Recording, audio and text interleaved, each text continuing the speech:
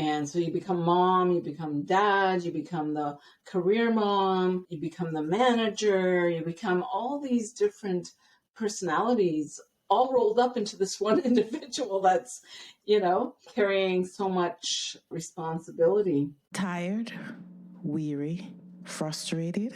What would you be doing if you weren't raising children alone? What's stopping you from living your best life now? On SoloMoms Talk, I discuss with solo mothers the challenges you face raising children alone. So if you're a working solo mom dealing with independent children, insensitive bosses, weight and health issues, or even debt collectors, join us as we discover your path to get and stay healthy, increase your income, and live with joy and purpose. In this battle of life,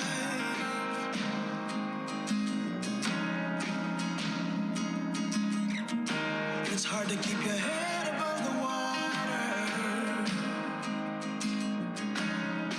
to win this fight. Today I'm speaking with Helena Smolock. Thanks for coming and speaking with me today, Helena. Oh, it's a pleasure. Thank you for inviting me, Jen. Yes, of course. Yes. I always ask my guests, tell me who you are. Absolutely. First and foremost, again, thank you for having me as a guest on SoloMoms. My name is Helena Smolock. I'm born and raised in Ottawa, Ontario, Canada. It was there that I started my fitness career for 39 beautiful years. And in 94, I moved to British Columbia, Canada, to escape the cold -40 weather in Ottawa, and been on the West Coast since then. And in 2012, I met my amazing husband, and now I live with him in Blaine, Washington, USA. USA.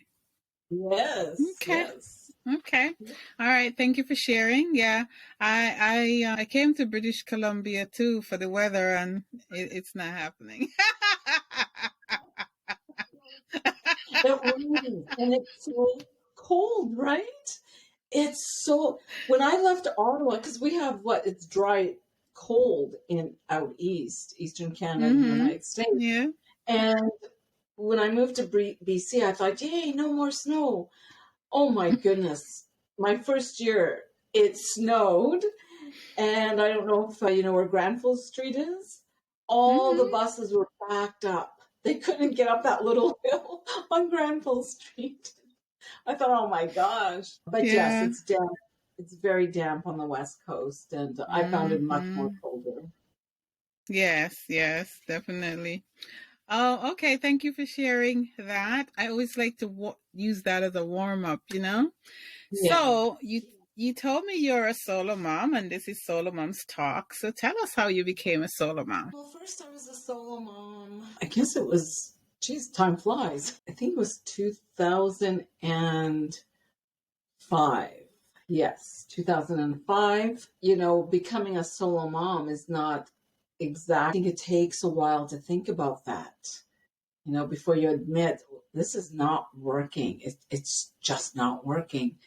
And so you develop these fear factors that run through your mind on how are you going to survive, right? Because all of a sudden you're wearing these different added hats that, you thought you wouldn't be wearing. And so you become mom, you become dad, you become the career mom, you become the manager, you become all these different personalities all rolled up into this one individual that's, carrying so much responsibility. And so when I made that decision to finally admit, okay, gotta be happy, right? The most important thing, my important message out there to anybody that is experiencing disharmony in the environment: don't think that your children are not listening or they're not seeing what's going on.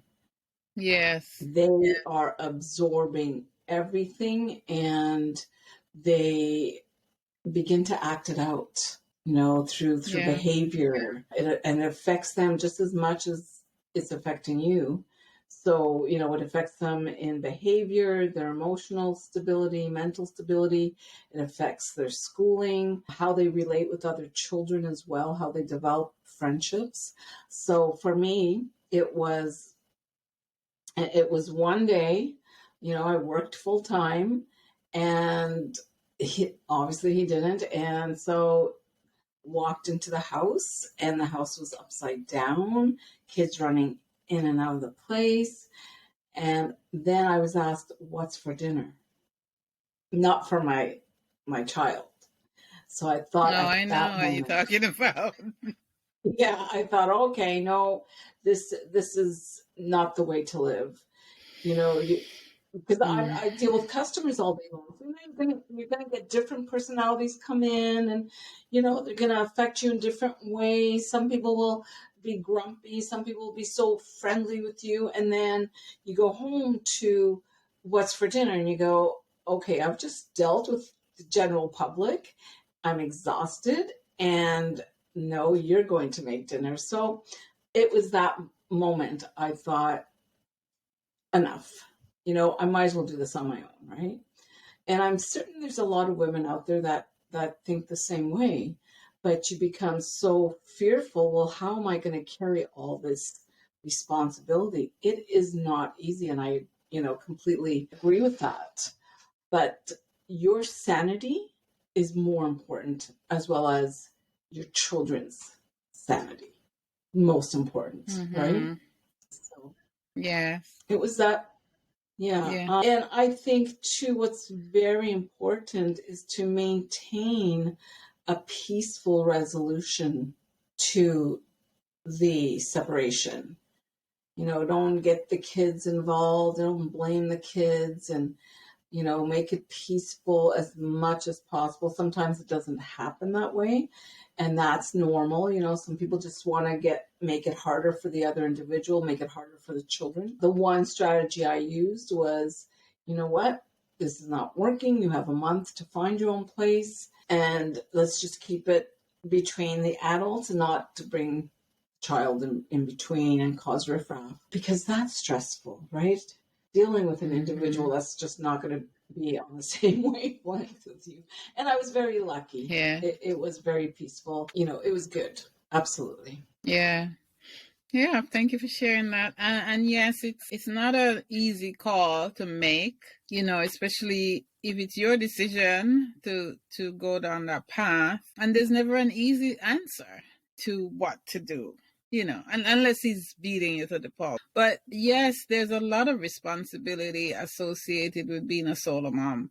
And sometimes we take it on, right? We absorb it and internalize it and just destroy ourselves as solo moms, right? So can you tell me what was your Yeah. biggest challenge? I saw that the picture you painted of walking in on the chaos and being asked for dinner. I saw that, right? But tell us Yeah. after that, because that's challenge, that's big challenge.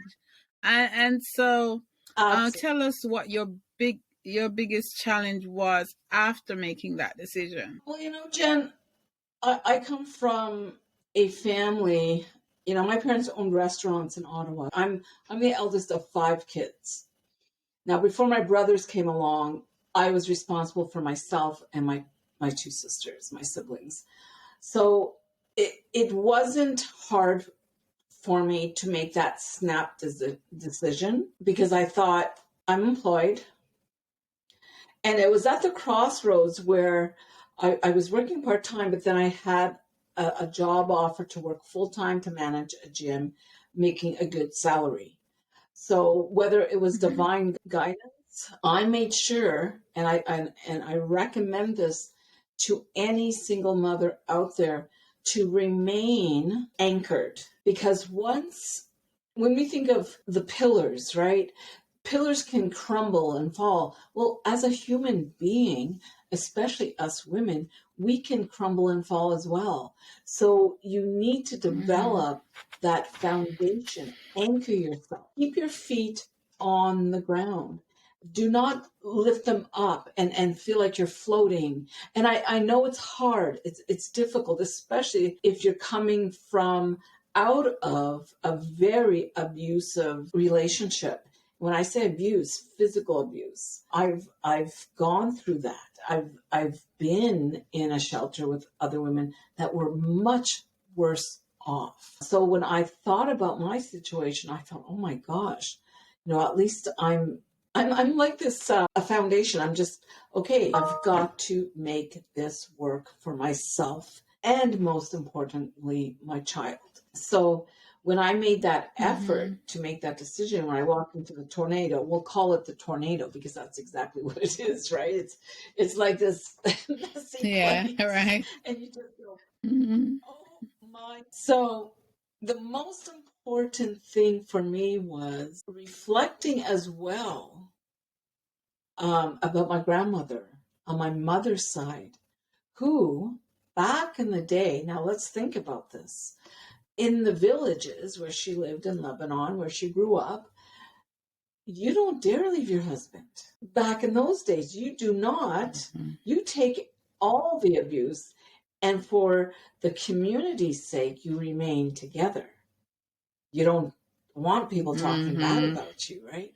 But she heard on my aunt, and she left. Now, can you imagine what my grandmother faced? So, but the point of this conversation is when I was growing up, she would sit all the girls in a circle and tell us, you never let a man hit you. You never let a man talk bad at you or hit the children. He has to respect you because you cook, you clean, you have the babies and all that, And so I had to reflect on that one day. I thought my grandmother would not stand for this. So that was my foundation, right?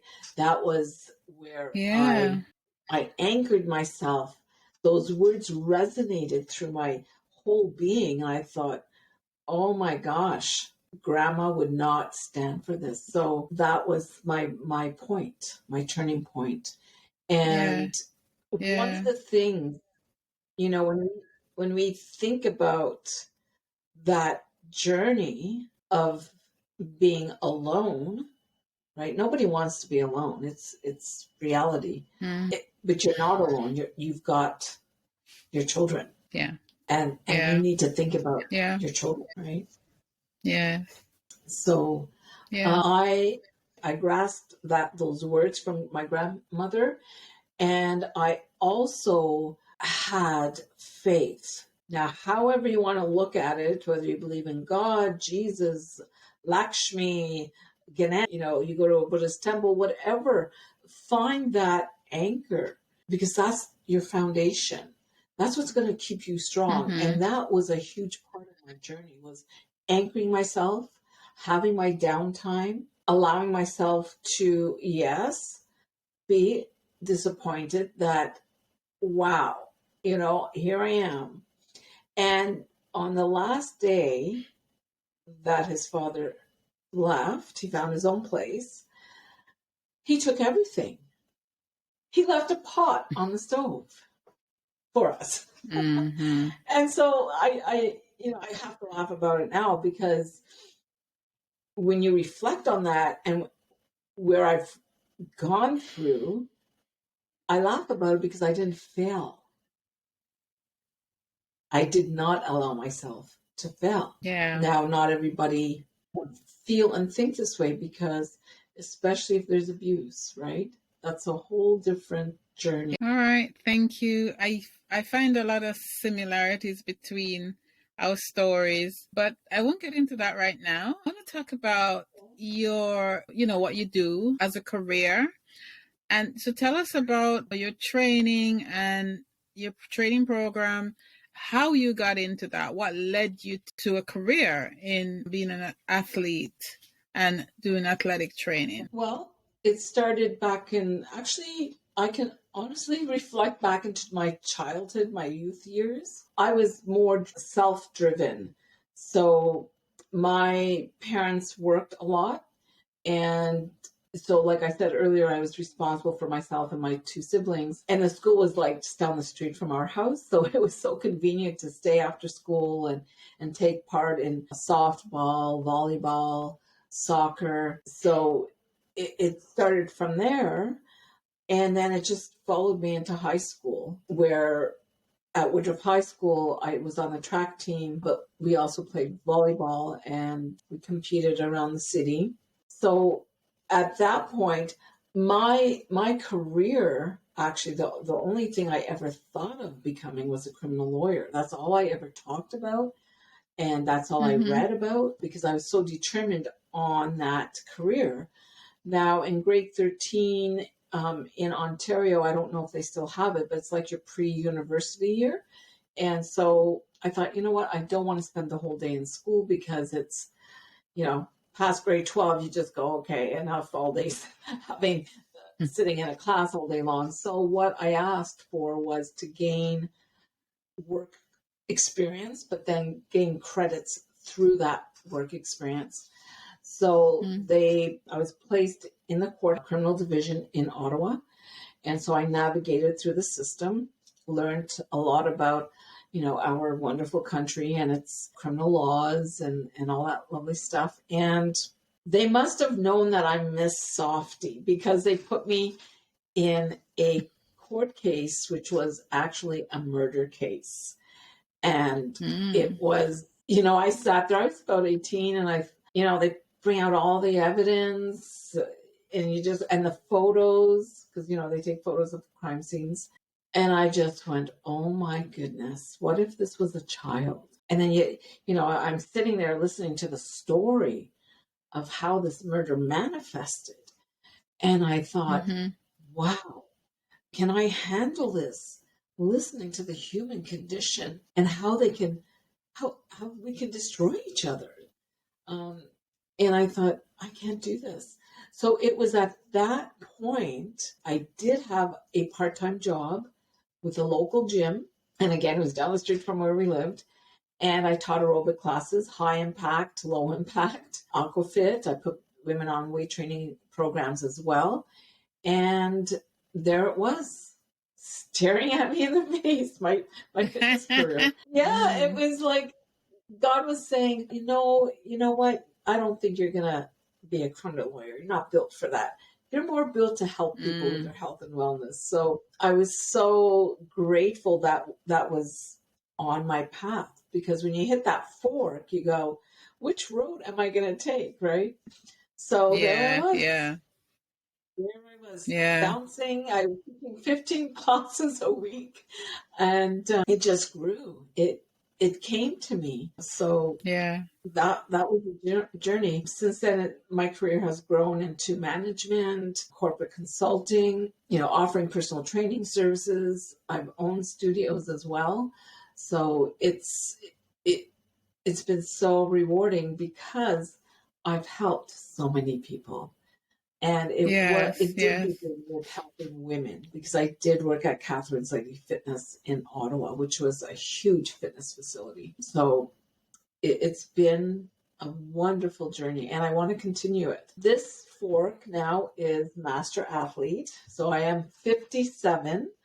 I am not 60 anymore. My body, I have a lot of energy. I had a good, tough workout earlier, and I thought, hey, this is what 57 looks like. And I was just moving my body like I was 16, doing the moves that my body knows, with high impact, low impact movement. And it's just up here, right? It's how you look at life. I'm 57. Am I going to run around and say, oh my gosh, I can't do it. I'm 57. Oh my gosh. Oh, no, you're not going to accomplish anything with that train of thought. So motivation, right? Yes. Thank you. I'm a strong proponent of going with purpose, in whatever you do in life, whether it's for money or not. And sometimes we miss our purpose because we're so intent, we're so bent and going after what we want, right? And in your case, you recognized it because you could have said, well, working in a gym, who wants to work in a gym? I want to be but you looked at that, and so it's funny how often we miss our calling because we just couldn't see. Yeah. So that's amazing. Yeah, I can look at it in the sense that my grandfather, and I have looked at it this way, on my mother's side, his lineage, actually, he was a healer. So I watched him. Hello, SoloMoms. Do you want an easy and proven way to experience better mood and less anxiety? Even if you think you're too busy with work and family responsibilities, you owe it to yourself to take care of your mental health. Join my easy 5-day gratitude journaling challenge. Studies show that writing down what you're grateful for increase positivity, improve your mood, and help you sleep better. Sleep better? Better sleep? Oh my goodness. But that's only the beginning. Give yourself the gift of better mental health. Learn how you can incorporate gratitude journaling into your life without added stress or overwhelm. Click the link below to sign up for this challenge now and get a free 100-page gratitude journal printable just for signing up. Join the challenge today because your mental health is too important to ignore. He would have so many people go to him, and he would do the laying of hands. This is what we call it in Reiki. Mm-hmm. I'm a Reiki master as well. So laying of hands, wherever there's pain in the individual's body or there's blockage, you lay your hands there. Mm-hmm. And so I watched that as a child.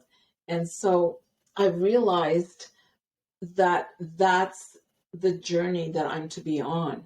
And when you recognize that journey and you hone into it, everything else starts to flourish.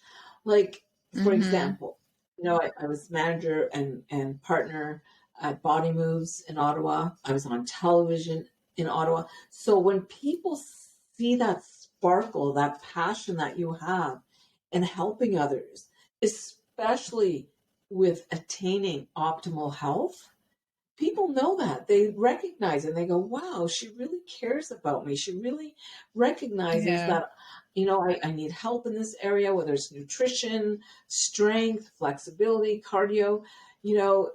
People feel that vibe from you. And you accept everybody, right? It's not specific to one individual or one type of individual. It's everybody. And when you share that vibe, it gets picked up right away. Mm-hmm. There's nothing worse than going to a personal trainer who's, full of themselves. And I've had clients come to me because they've gone to trainers that they're looking more in the mirror than watching their own client, right? So people feel that and they see it. Yes.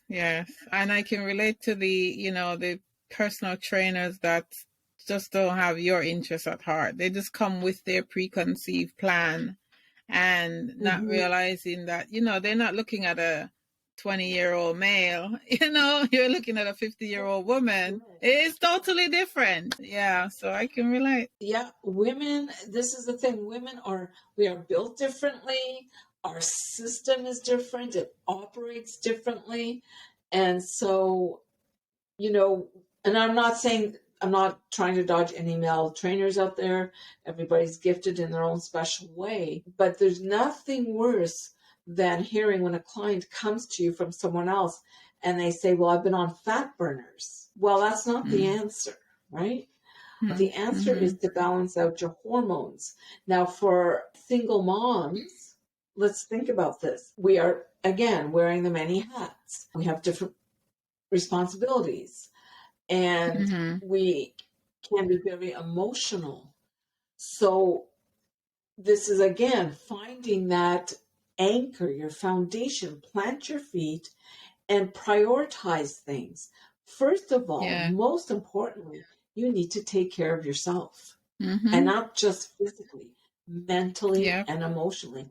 Allow yourself to go through the motion of that loss, because really, Yes. when you do decide to be on your own, you've lost that other individual to be with you. Mm-hmm. You've made that decision to maintain a new life with your children. So find your foundation, anchor yourself, find moments of peace. That is so important. I've had to do that every day, every day. Yes.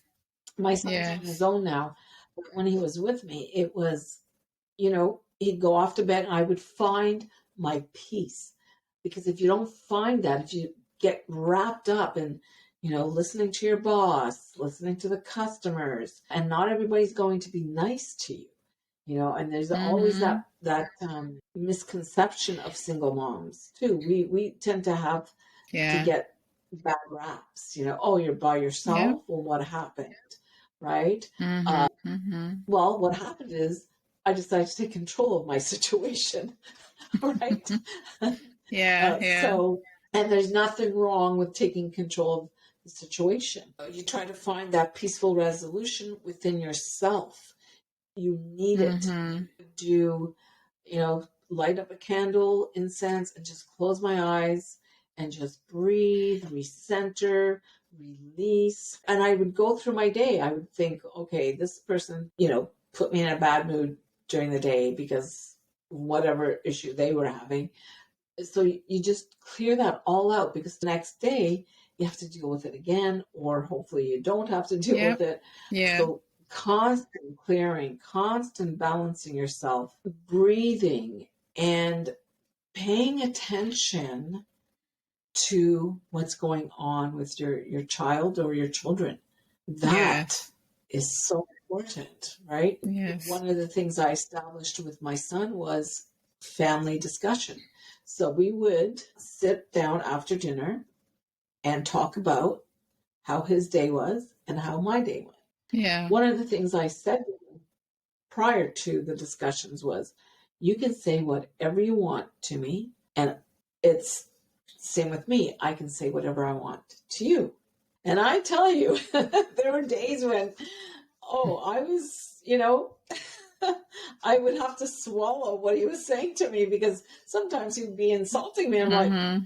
oh my gosh, why is he talking this way to me? But I had to maintain that anchor, because he needed Mm-hmm. to speak. He needed to say, Mom, this is bothering me, da da da da da da. Right? And I allowed Yeah. it. Yeah. I allowed communication. Because if you don't do that, what can happen Yes. is you can have the friends starting to influence. And sometimes they're not making the Mm-hmm. best friends, right? Yes. That's another way. Yeah. Awesome. I love the idea of the anchor, because I see where it helps, and it can help the solo mom three ways. So one way you mentioned was you're using your grandmother's experience and your relationship with her. You learned that you didn't have to take stuff that, didn't benefit Right. you or your children. And so it made the decision to leave more palatable, right?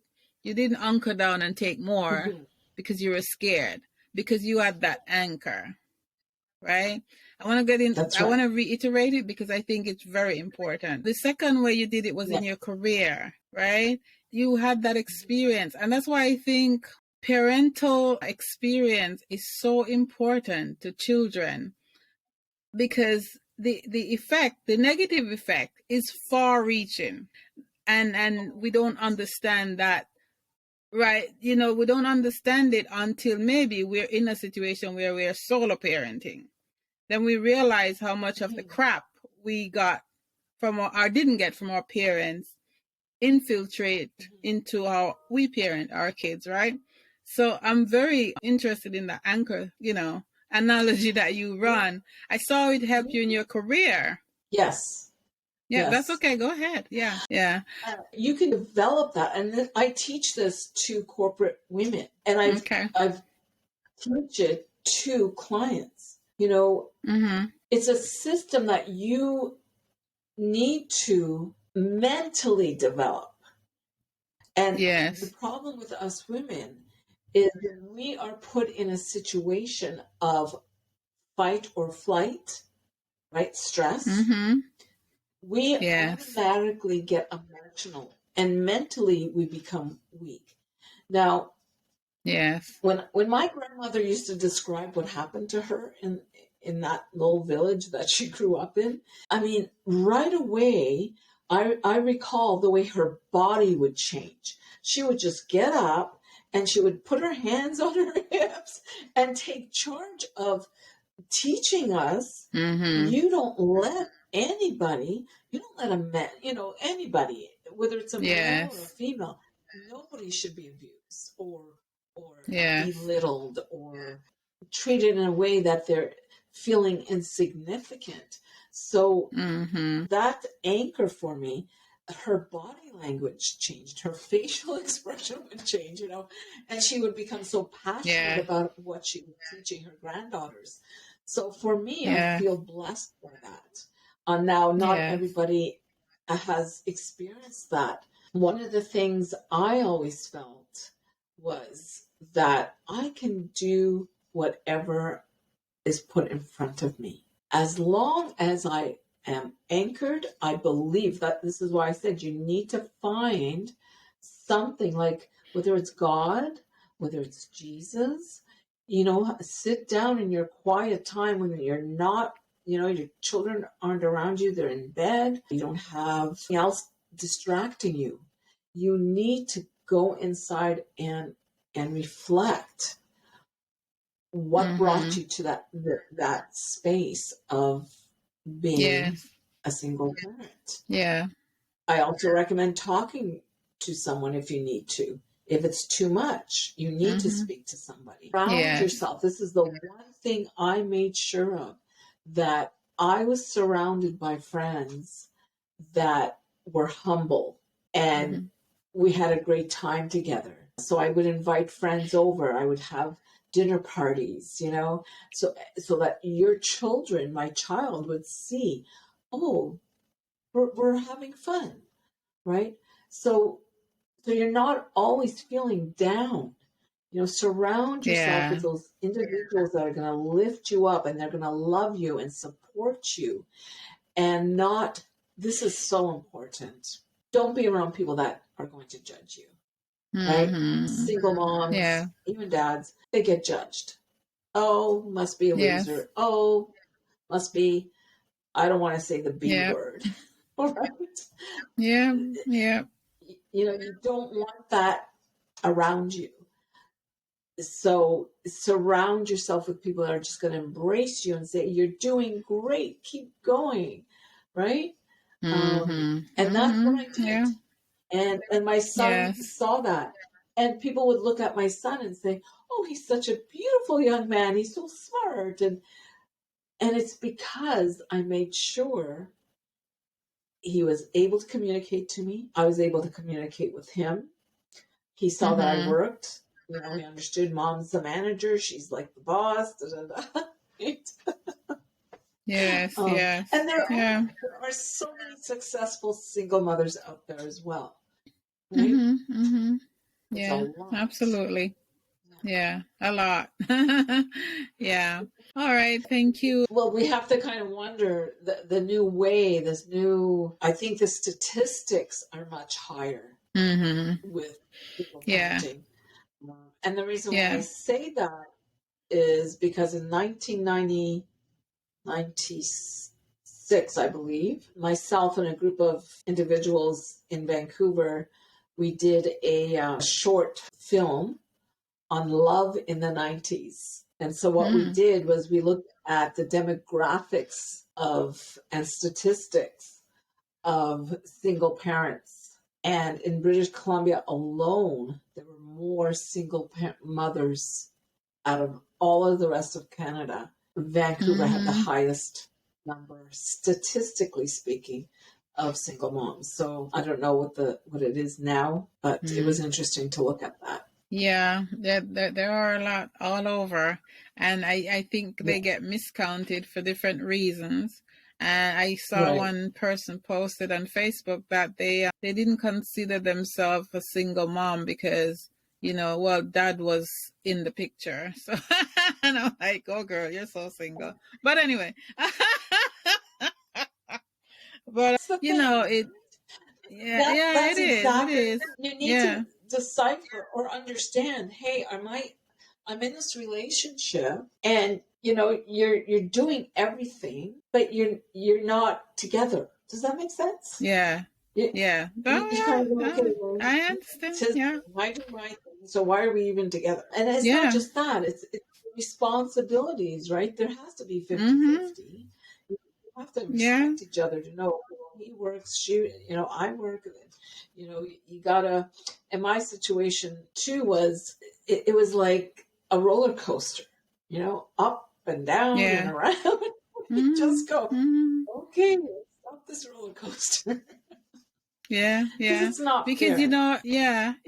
Because as much as we'd like to disagree, the kids are anchored to mom.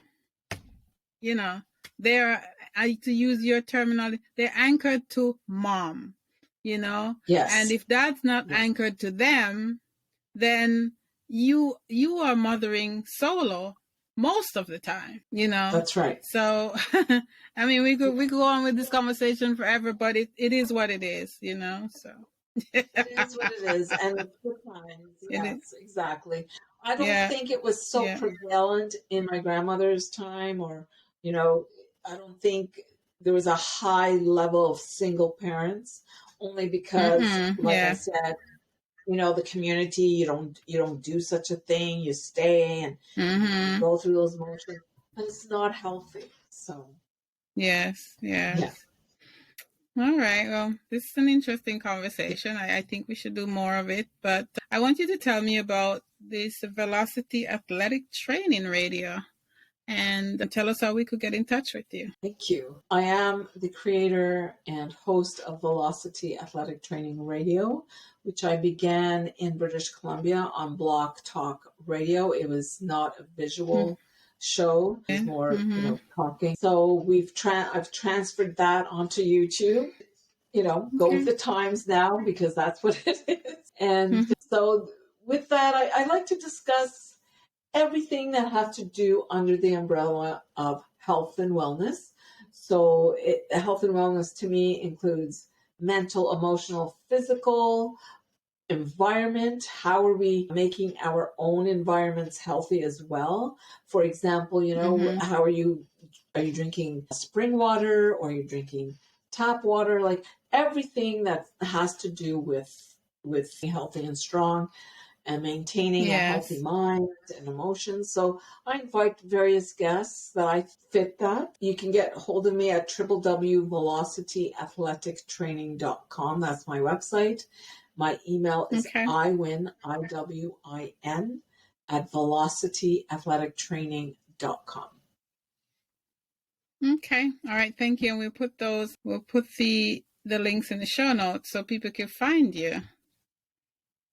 Thank you. I'm on social media as well.